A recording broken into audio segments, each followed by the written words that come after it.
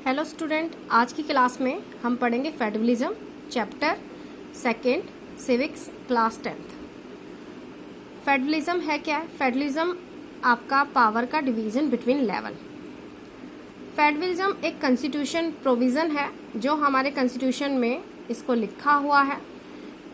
इसका लिखना ही इसका सक्सेसफुल नहीं बनाता, बल्कि हमारी जो पॉलिटिक्स का जो ट्रेंड है, डेमोक्रेसी का जो हमने अपने देश में अप्लाई किया है, वो आपका इसकी स्पिरिट को बचाए हुए है। यहाँ पे हमारी एक डाइवर्स इंडिया एक डाइवर्स कंट्री है, तो डाइवर्सिटी को रिस्पेक्टफुल बनाना और लोग जो यहाँ पे डिफरेंट रिलीजन के हैं वो भी हार्मनी के साथ में यहाँ पे अपने कल्चर को शेयर और आइडिया को शेयर करते हुए कंट्री में हैप्पीफुली रहे। तो इसके लिए हमने बहुत सारे मेजर स्टेप्स उठाए हैं। सबसे पहला था लैंग्विस्टिक स्टेट। ये फर्स्ट क्रिएशन आपका लैंग्विस्टिक स्टेट का हमारा फर्स्ट टेस्ट था। फेडरलिज्म को प्रैक्टिसाइज करना इंडिया में हमारी पॉलिटिक्स में। अगर हम 2017 का मैप देखें और 1947 का मैप देखेंगे तो आपको बहुत डिफरेंस नजर आएगा। कुछ नए स्टेट बने हुए मिलेंगे, कुछ स्टेट आपको वेनिस मिलेंगे, कुछ की बाउंड्रीज आपकी चेंज मिलेगी, किसी की बाउंड्री इनहेंस मिलेगी। 1947 में जो हमने बहुत सारे स्टेट्स बनाए थे, वो स्टेट्स हमने इसलिए बनाए थे कि जो सेम लैंग्वेज बोलते हैं, सेम प्लेस पे रहते हैं, तो ये स्टेट हमने सिर्फ लैंग्वेज बेसिस पे नहीं बनाए थे। यहाँ पे हमने उनका कल्चर और उनकी एथनिटी और जोग्राफिकल कंडीशन को देखते हुए बनाए थे। ऐसे जो स्टेट हमने बनाए थे वो नागालैंड, उत्तराखंड और झारखंड था।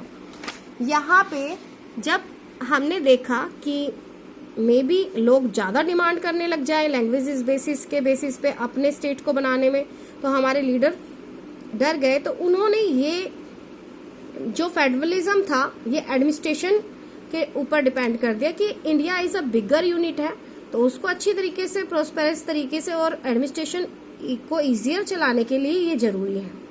सेकंड हमारा जो टेस्ट था वो लैंग्वेज पॉलिसी था।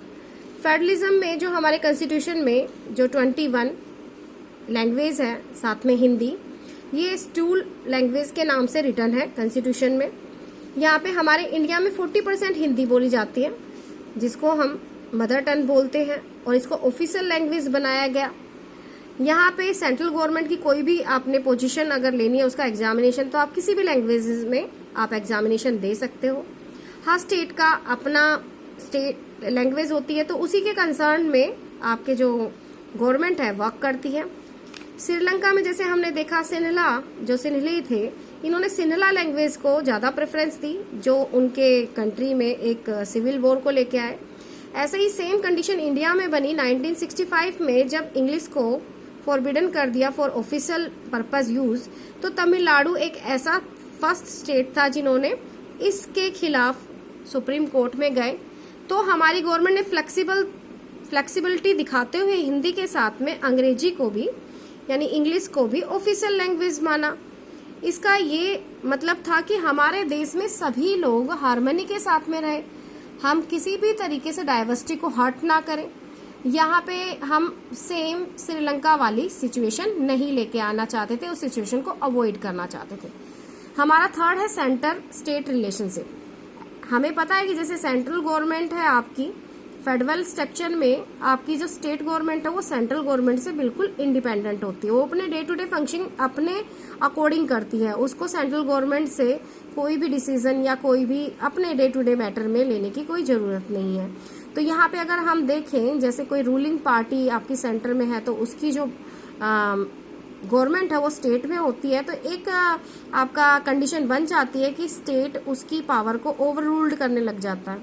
तो इस हमारी जो स्पिरिट है फेडरलिज्म की या डेमोक्रेसी की स्पिरिट को बचाने के लिए जो राइवलरी पार्टी है वो स्टेट गवर्नमेंट या आपकी जो गवर्नमेंट है उसको उसकी स्पिरिट को हर्ट नहीं करने देती, उसके ऊपर वॉच करती है। 1990s का जो एरा था वो कोलिशन गवर्नमेंट का एरा आया, क्योंकि हमारे पास बहुत सारी रीजनल पार्टी निकल के आने लग गई। यहाँ पे ये पार्टी मिल के अलायंस क्रिएट करके आपकी गवर्नमेंट फॉर्म करने लग गई। ये एक नया कल्चर था, और इस कल्चर में आपकी जो पावर थी वो शेयर हो रही थी among the different political party. जो ऑटोनॉमी थी आपकी, यानी कि पावर जो स्टेट गवर्नमेंट की थी, ये ट्रेंड ज़्यादा पावरफुल था, क्योंकि हमारी जो सुप्रीम कोर्ट था वो सेंट्रल गवर्नमेंट के लिए जो प्रोविज़न बना रहा था, सेंट्रल गवर्नमेंट के लिए डिफ़िकल्ट था कि किसी भी मनमाने तरीके से वो सेंट्रल स्टेट गवर्नमेंट के ऊपर अपनी चला नहीं सकता था। अब यहाँ देखा जाए तो जो फेडरल जो पावर शेयरिंग थी वो अर्लियर टाइम से अब ज़्यादा इफेक्टिव और ज़्यादा और कॉन्स्टिट्यूशन के कारण आपकी फोर्स में आई थी।